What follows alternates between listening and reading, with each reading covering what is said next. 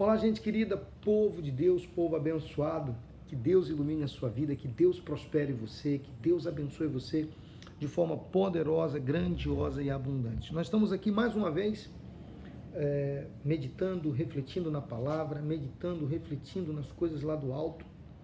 E Deus sempre nos traz uma visão, uma direção, uma orientação. Quando eu digo Deus sempre nos traz, não estou falando que Ele traz para mim. Ele vai trazer a você, Ele vai trazer àquele que busca, àquele que se volta para Ele. Então Deus sempre nos traz uma visão, uma mensagem, uma direção quando nos colocamos diante dele, suplicamos o seu favor, suplicamos a sua ajuda, a sua benevolência, e ele, na sua infinita grandeza e misericórdia, ele se manifesta através de pessoas. Isso, existem pessoas boas ainda nesse mundo, pode ter certeza disso. Ele se manifesta na sua palavra, que é viva, que é eficaz, que é como uma espada de dois gumes. Ele se manifesta, ele se revela no meio da sua família, no meio do seu trabalho, e sempre vai lhe dar a direção. E é lógico, sempre vamos ficar ali entre a escolha da decisão, da atitude, mas a nossa consciência vai nos dizer, a nossa fé vai nos dizer, esse é o caminho que Deus está nos dando. E como é que a gente sabe? Quando muitas vezes aquilo que Ele está nos mostrando não é a nossa vontade, não é o nosso querer, mas é o certo a se fazer. É aquela solução que vem e mostra, olha, é isso aqui que é o correto a ser feito.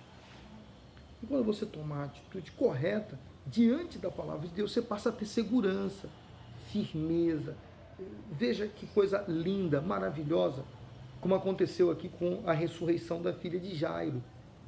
Falava ele ainda quando veio uma pessoa da casa do chefe, porque o chefe da sinagoga, esse homem, ele chega até Jesus e diz assim, olha, eu tenho uma filha que está perecendo. Você vai encontrar isso no livro de Lucas, no capítulo 8, no versículo 40, diz, já dá a primeira introdução. Ao regressar Jesus, uma multidão o recebeu com alegria, porque todos estavam esperando. E eis que um homem chamado Jairo, que era chefe da sinagoga,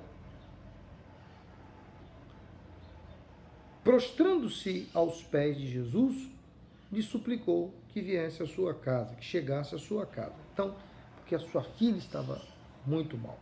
Só que uma multidão estava à volta de Jesus e demorou de Jesus chegar na casa de Jairo. Claro, a gente entende aqui que quando Jesus ele caminhava, multidões vinham até ele e às vezes era até difícil a locomoção, surgiam situações e atrasou a ida de Jesus à casa de Jairo. E aí é que eu digo para você que estamos vivendo tempos difíceis, tempos de imediatismo. Você já percebeu que as pessoas elas querem informações. Elas não querem aprendizado, elas não querem aprender, elas querem apenas estar informadas. E a informação é a notícia, que é importante, é importante. Mas o que fica marcado é o aprendizado, é quando você aprende. Eu estava vendo o professor de matemática falando que as pessoas elas querem ir fazer o concurso, elas querem ir fazer uma prova, elas querem ir fazer a faculdade ou o Enem, ou seja lá o que for, e elas pegam um assunto, elas decoram aquele assunto e chega na prova, elas se perdem porque ela decorou. Mas quando ela aprende, quando ela desenvolve, quando ela domina aquela área, quando ela entende aquela área, principalmente a matemática, por isso que a matemática é aquela ciência que é necessário você dominar no sentido de entender a regra, aprender como é que ela funciona,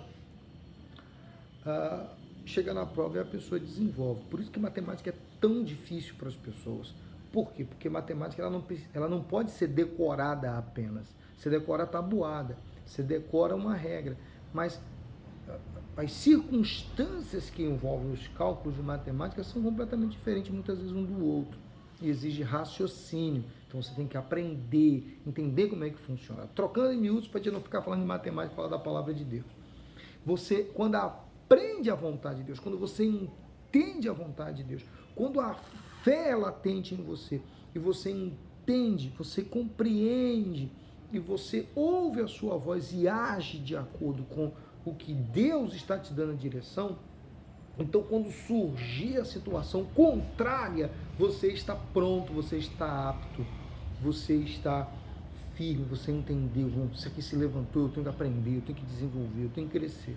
É muito difícil isso para a gente colocar no dia a dia, é muito difícil isso para a gente colocar no cotidiano, porque eu já lhe disse, estamos vivendo épocas imediatistas, em que o sujeito ele faz o exame de manhã, quando é à tarde ele quer saber o resultado.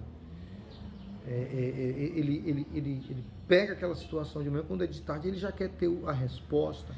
E existem situações que exigem um processo, o processo do aprendizado, o processo de manifestar a fé, o processo de manifestar a certeza do coração, o processo da confiança. E a religião faz muito isso a religião.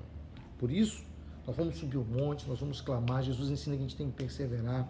Demorou Jesus de ir à casa do homem.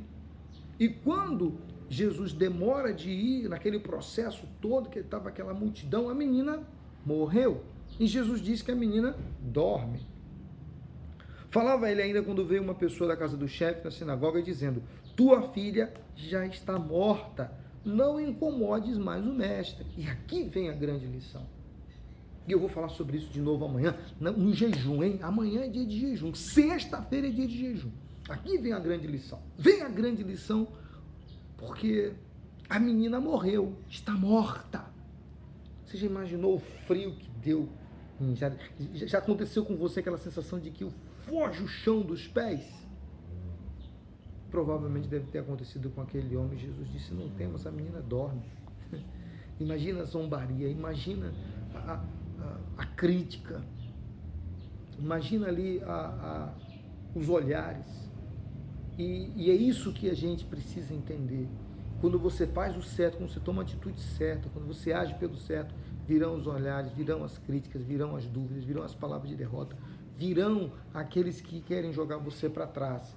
Mantenha-se firme, vamos nos manter firmes na fé. E você tem fé? Domingo agora eu vou subir o monte, domingo agora. Domingo agora estaremos subindo o monte para clamar, para determinar. Se você quer vir conosco, vem conosco. Vamos subir o monte com toda a força, com toda a determinação, com toda a fé. E eu tenho certeza que essa situação, com uma menina morta, com uma menina que havia falecido, que mudou, porque Jesus ressuscitou aquela menina, você conhece a história? Essa situação também vai mudar na sua vida. Eu creio de todo o meu coração, tá certo? Fica na fé, fica com Deus, levante as mãos onde você está, em nome do Senhor Jesus, meu Deus, que o espírito da morte, que a dúvida, que a incerteza, que a insegurança seja arrancada de cada coração. Às vezes, passamos por situações, enfrentamos situações em que o nosso coração se abala, em que a nossa mente se abala. Mas quando estamos ali, voltados para a Tua Palavra, e aprendemos com aquilo que o Senhor tem nos mostrado, e aprendemos com os nossos erros, e aprendemos com as circunstâncias que nos cercam, a nossa fé se fortalece. Ah, meu Deus, e o Senhor nos conduz a grandes vitórias. Então, se essa pessoa estava triste, desanimada, cabisbaixa, para baixo, se sentindo humilhada, vazia, eu tenho certeza que nesse momento o Senhor ergue essa pessoa, o Senhor levanta essa pessoa, o Senhor ergue essa criatura e ela vai dar a volta por cima. E diante da situação de morte, diante da situação de desespero, de aflição, de angústia, ela vai contar testemunhos. Ser abençoado o caminho daqueles que creem, ser abençoado o caminho daqueles que dizem eu sou da fé. Em nome do Pai, do Filho e do Espírito Santo, diga amém. Graças a Deus. Deus abençoe a todos, que a luz do Espírito Santo esteja em seus caminhos, que a força do Deus Altíssimo venha te conduzir. E amanhã estaremos falando a respeito de novo desse assunto, da menina que ressuscitou, falando a respeito da subida do monte, falando a respeito do voto que eu vou fazer com aqueles que creem agora na metade do ano, aqueles que querem mudar de vida. Eu creio isso. Fica na fé, fica com Deus. Um forte abraço e até a próxima.